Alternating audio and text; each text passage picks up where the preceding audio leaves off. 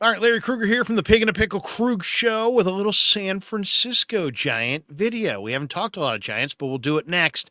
But first, a little mention for Pig and a Pickle, the best barbecue in all of Northern California. Check them out in Emeryville and Corte Madera. They're two spots. They're open from 11 a.m. till 8 p.m. or until they run out. Pig and a Pickle. The best barbecue in all of Northern California. Get the brisket chili, get the pulled pork, the barbecued chicken. It's all amazing. The house-made sausages. Phenomenal food. Say hi to Damon. Say hi to Mary. Tell them the Krug sent you. All right, let's talk a little bit about the Giants. What a year it's been for the Giants. They are just so boring to watch that I haven't really been able to consistently watch them and enjoy them this year. And I stumbled across this article by Tom Verducci, who's been covering Major League Baseball for Sports Illustrated and the MLB Network, and he's got 4 decades of experience. He's not a rip artist. He's a very fair-minded media guy. He has no vendetta against Kapler, the Larry Baer, the Giants, or Farhan Zaidi. He's just calling it the way he sees it. And he had a scathing piece about the Giants and how the Giants are just struggling and in how their style is just so bad to watch and how it's bad for baseball. And let's go through it because he says a number of really interesting things here that I want to bring to light, and then I want to share some of my own thoughts on this as well. He writes, the Giants deploy a tedious yet efficient game plan, and while it might not be the most compelling approach, it has been effective to a degree. And basically, he points out that with a poor offense and middling pitching at best, the Giants here in late September are still in the thick of the National League wildcard race and have a mathematical chance of going to the playoffs. But he says, but if this is the future of baseball, I want no part of it. And then he goes on to say, the Giants are interesting in a way mutual funds are interesting. They are smart, efficient, and lackluster. Then he points out that they've had a really good record this year in extra innings. In fact, they have the best record in baseball in extra innings. I didn't realize that. The Giants are 11-3 this year in extras when the rules are, as he describes them, gerrymandered. He says, my problem with the Giants, especially if they cap this season with a playoff berth, is how other teams might copy their gig economy approach to baseball. It's not fan-friendly. Truncated starts by pitchers, an ever-changing lineup with role players and no stars, a 16-person coaching staff, the worst team speed of any of the playoff contenders. The Giants are a well-managed success more than they are an aesthetic one. And then he goes on to talk about their pitching. He said, Giants starters throw an average of just 72 pitches per game, the shortest leash in all of Major League Baseball. They've thrown 3 innings or less 43 times this year thus far, 13 more than any other team in the sport. It's also the most such abbreviated starts in baseball history, other than the 2018 and 2019 Tampa Bay Rays, who had 71 and 53, and they, of course, popularized the concept of the opener. And then he says, with all these truncated starts, the Giants starters are deployed to avoid losing the game, not to win it.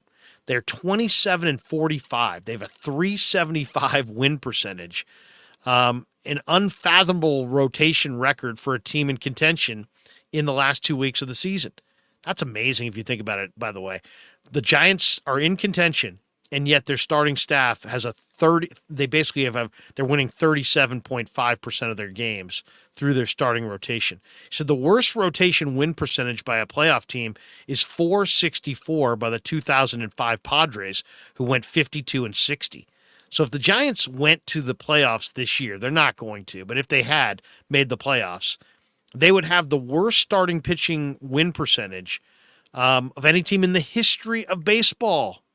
He said, accepting the 60-game season in 2020, the Giants starters this year will likely set a 141-year franchise low for wins. The 1984 rotation won 36 games that year.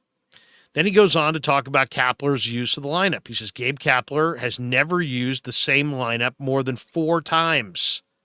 Now that is right there is a major criticism too, because that's created this chaotic feel that you feel when you watch the Giants. It doesn't feel like there's any real consistency to any aspect of their game because there isn't. Kapler's you only used the same lineup 4 times. He's never used any lineup more than 4 times all year. He's used 13 different players in the number 3 spot in the lineup. That's your catbird seat, right? That's your star. That speaks to the fact they don't have a star. He says that they've used 13 players in the 3-hole all year, including a different one every game in their 4-game series over the weekend at Colorado. In that series against Colorado, they had J.D. Davis in the 3-hole one day, Conforto in the 3-hole another day, Flores in the 3-hole in one of those games, and Jock Peterson in the 3-hole. And by the way, they got swept in a doubleheader in Coors Field by the Rockies in that series. For the 5th time in the past 7 seasons, the Giants will not have a player with even 80 RBIs. I mean, in other words, they don't have a guy. They don't have a guy that Jimmy or Johnny or any little kid says, I want that guy's jersey. They don't have that. They don't have a single guy like that. He says it's not an entertaining offense. The Giants rank 15th in walks, 19th in homers, 25th in strikeouts, 21st in runs per game, 30th in stolen bases. He says only the Yankees and the White Sox have a lower average sprint speed than the Giants. And guys, if you watch them, you can see it. There's no power. There's no speed. And then Verducci asked the question, what do they do well, you may be asking? Well, they play matchup baseball. No team has sent more pinch hitters to the plate than the Giants. They're 7th best in MLB at winning the platoon advantage on offense. Not even sure what that means. And 4th best at winning it on defense. Sorry, but that's not something the ad department can work with when it comes to selling tickets. Yeah, I mean, whether it's effective or not, it is not resonating with the fans. And that's not like, I'm not sure. We know for sure. It's not resonating with the fans. He goes on to say, the new rules have made baseball a faster, more athletic, and more risk-taking game this year. With their lack of speed and star power, the Giants missed that train. They also missed the attendance boost that accompanies that excitement. The Giants are one of only 5 teams in Major League Baseball not to get an attendance increase this year.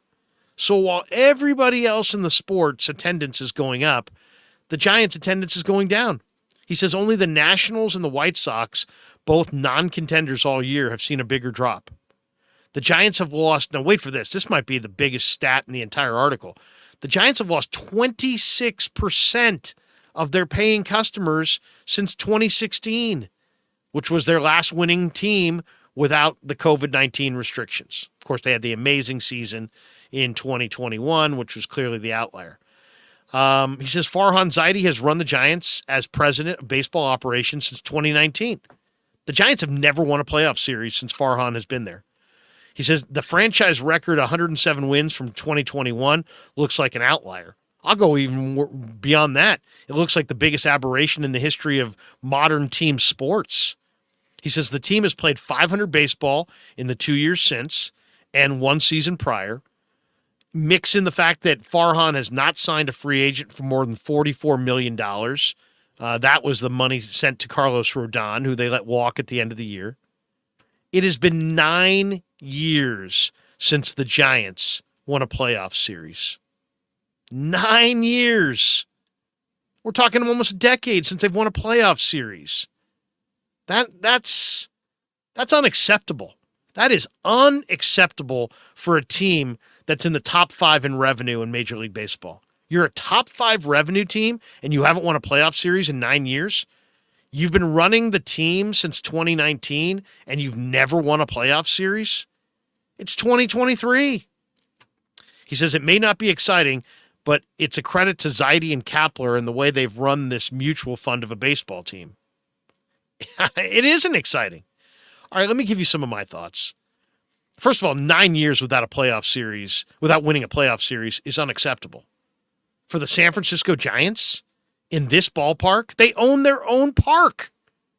They won 3 titles in 10, 12, and 14. They haven't won a playoff series in 9 years. So whatever you're doing, it ain't working. I'll go further than that. You hear this all the time.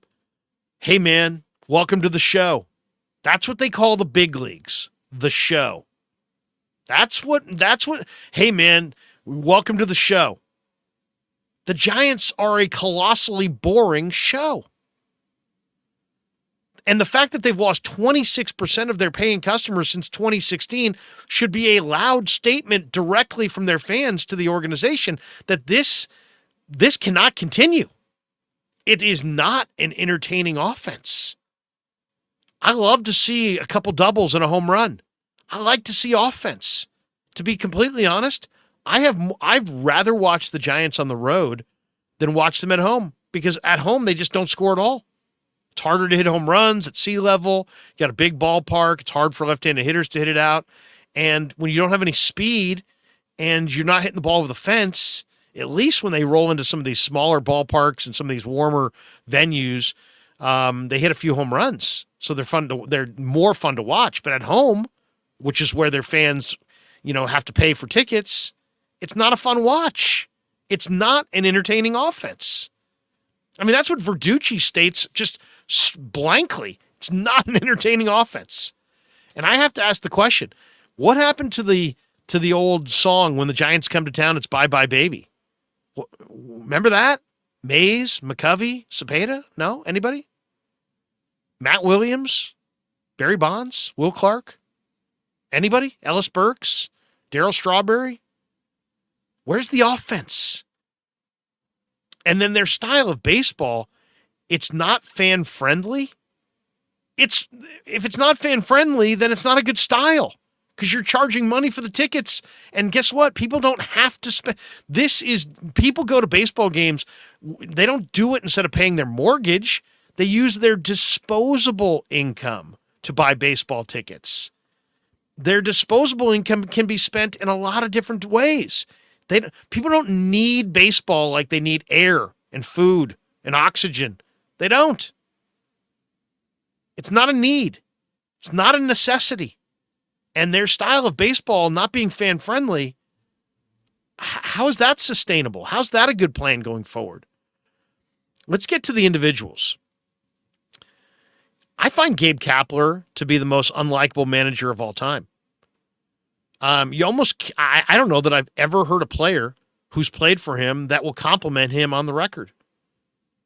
If there is, I stand corrected, but I've never heard one. I've been in the clubhouse. I went to spring training. To me, Kapler's, very much fake. I think he's equal parts nauseating narcissist, kind of a wannabe intellectual, and one of the most disingenuous people that I think I've ever come across in 30 years of covering Bay Area sports. When we had a regular hit on KMBR with Rod and Tom and I, if you got him in a day where he was in a good mood, you could ask him any question. What'd you have for lunch yesterday? He'd be like, that's a great question, Larry. See, he's not genuine. He's disingenuous. Other times, if he doesn't like the person who's asking the question, or if he's in a bad mood, you could ask him a great question and he bites your head off. He's not endearing to Giants fans. I can find you 150 comments of people that say that he is the reason that they're turned off to Giants baseball. I find it much easier to root against him than root for him. And I'm not saying he's like a criminal or a bad person. I'm just saying he's disingenuous. I think he's somewhat of a bully. I think he's totally nauseating to listen to talk. And I think he's a total narcissist. As far as Farhan's a nice guy. He's a nice, nerdy guy who is probably the worst salesperson in the history of the world. He's constantly overpromising and underdelivering to Giants fans. He's constantly raising the expectations for the offseason or the trade deadline, only to deliver A.J. Pollock and have people go, "What? Really? We're gonna turn over every stone. We're going for Judge. We're going for Correa. We're going for," and then you wind up with injured Haniger and injured Conforto and scratching your head at the All-Star break. Why is Haniger injured? Why is Conforto hurt? Because they're hurt. Because they were hurt before. Anyway, the Giants used to have this slogan, "Together we are giant." It's like, what? I mean, right now it's regime change is coming soon for the Giants, or the Giants as a franchise are in serious trouble. And I never say this, but I will say it right now, and I really believe it. I could do a better job than they have. And I've never worked a day in baseball in my life. I'm simply a passionate Giants fan and an intelligent observer of the game. And wow, I mean, it's the people who run the game, the Giants right now, don't get it. And they need change in the worst way imaginable. So they need change, and they don't need like little tinkering. They need a new plan. They need a new manager. They need a new top of the organization. The buck can't stop with Farhan Zaidi. He's bright. He's intelligent. He can have another role in the organization. Maybe he's a farm director. Maybe he's a director of baseball ops and some, minor league ops. He's perfect as the guy behind the guy. Billy Beane had Farhan in the perfect role. Billy was the guy. Farhan was the brainiac behind the guy. That's his best role. He's not a leader. The buck doesn't stop with him. Kapler is not a leader. Neither of these guys are leaders. The Giants used to have Bruce Bochy and Brian Sabean. That's also part of why this thing has turned so sour, is that over time it got billed like, hey, Boch is retiring. Sabes is moving on. They're retiring. They didn't retire. They were kicked out. 3 World Series championships, and you're kicking out the manager and the general manager. There's no other way you could have improved your situation. The Giants have done better in the amateur draft in recent years, but was that on Boch? Was Boch totally turned off to using any analytics? I doubt it. He seems like a pretty smart guy. And his brain, his analytics were right here. Experience. Ask yourself this. What's the greatest moment in Giants history that you can think of? And I think for most of us, it's Madison Bumgarner coming out of the bullpen in Game 7 of the 2014 World Series.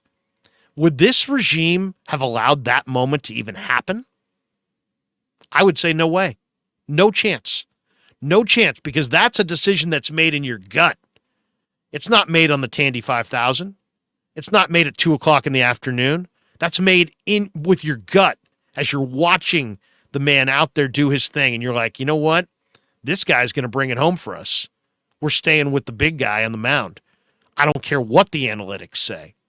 So analytics are a very much important part of baseball, and they will continue to be. And analytics are just information. It's how they're utilized, how they're implemented, to what degree, how strict you are in your adherence of a particular stat or analytic. And it's not going away. And I'm not saying that it's not good. It is good.